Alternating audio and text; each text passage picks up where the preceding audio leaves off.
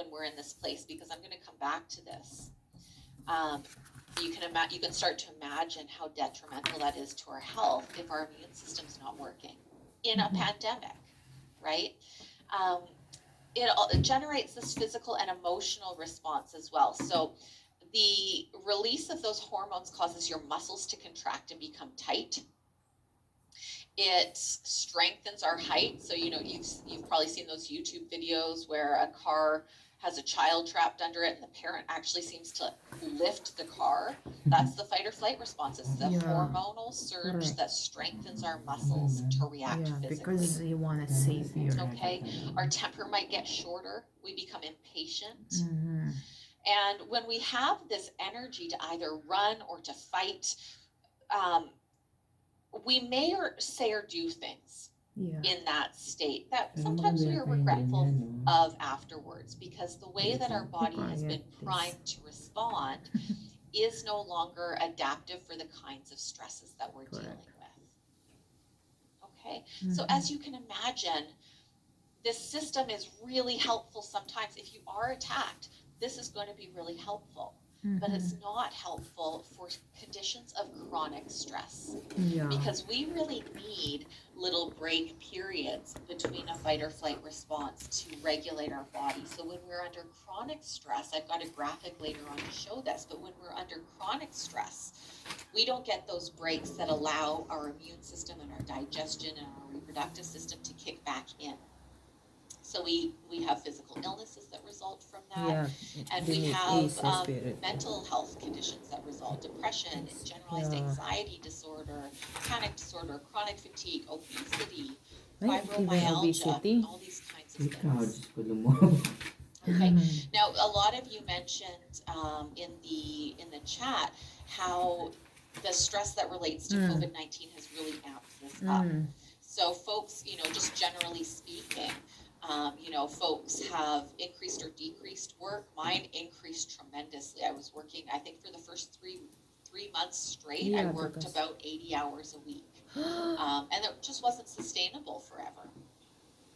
We're worrying about the well-being of others.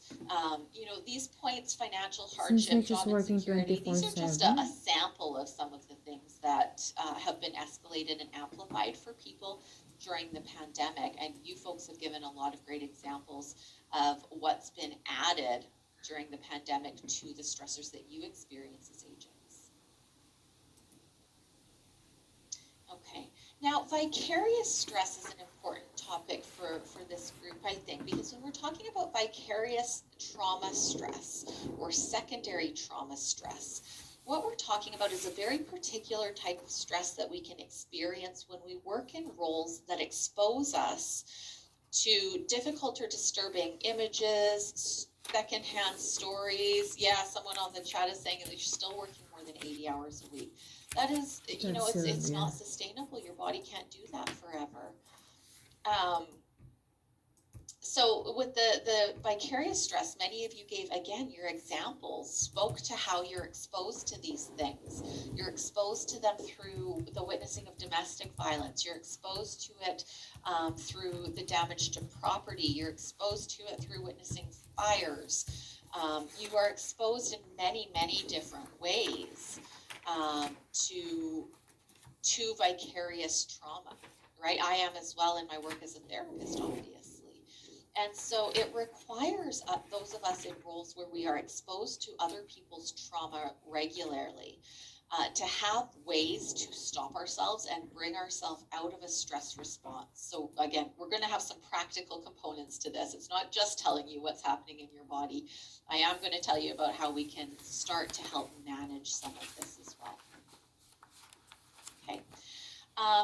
Peer support. Now, Roger was telling me earlier before we got going that I'm seeing the chat again. Someone's telling me privately that watching Borat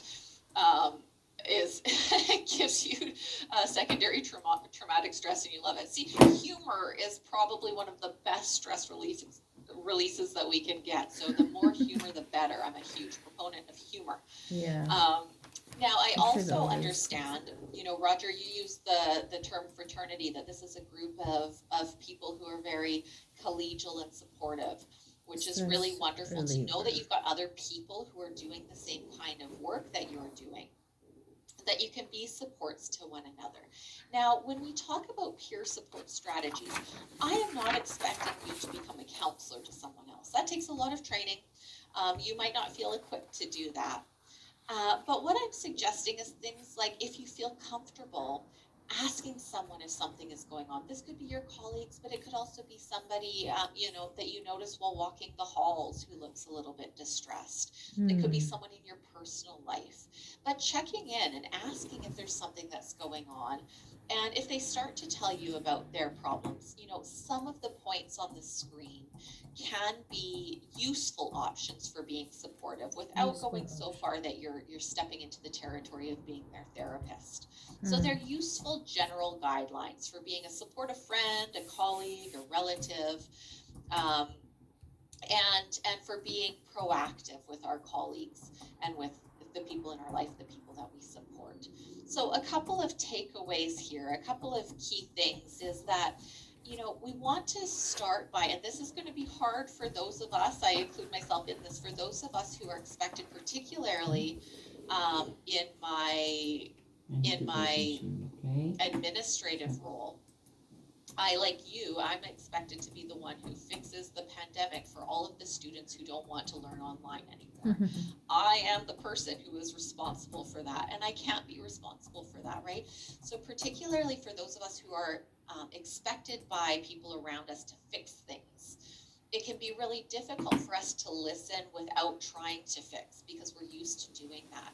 So we want to try to, I'm going to talk later about listening to understand, listening to help others feel heard. Okay, so that's something we're going to talk about more later on. Now, maybe there's more appropriate supports for that person. So talking to them about who their supports are, where they can find support. We want to do this from a really non-judgmental stance. So we don't want to be judging folks when they come to us or open up. We want to help them to remain hopeful. We want to celebrate successes. This is really important, particularly at work and particularly when we're working remotely and maybe don't get to interact, like you're not getting to sit around the table like you normally would today. So we have to create additional opportunities to reach out and celebrate small successes with the people in our lives, including our colleagues. And we want to talk to folks, maybe sharing some of the information that you'll leave a few hours with today with other people in your life to help them to be encouraged to adapt some resiliency strategies or some self-care strategies. So ideally, you'll leave this conversation today armed with some of those that you can practice for yourself, but maybe that you can also share with the people in your life. Okay, it's really important, I think, in your role, again, as it is with mine and my leadership role, I think it's really important when you're seen as the leader of a group of people, as you are, to understand the importance of protecting our colleagues and those who come to us for support from our own stresses where possible. So knowing where we go to and knowing who our colleagues are and our safe people and the people above us to take our stresses to can really do a lot to help keep the work environment and the living environments positive. Basically knowing how to rant properly to our colleagues, knowing how to express ourselves and to receive others in a way that is conducive to a really safe and healthy working environment. Okay,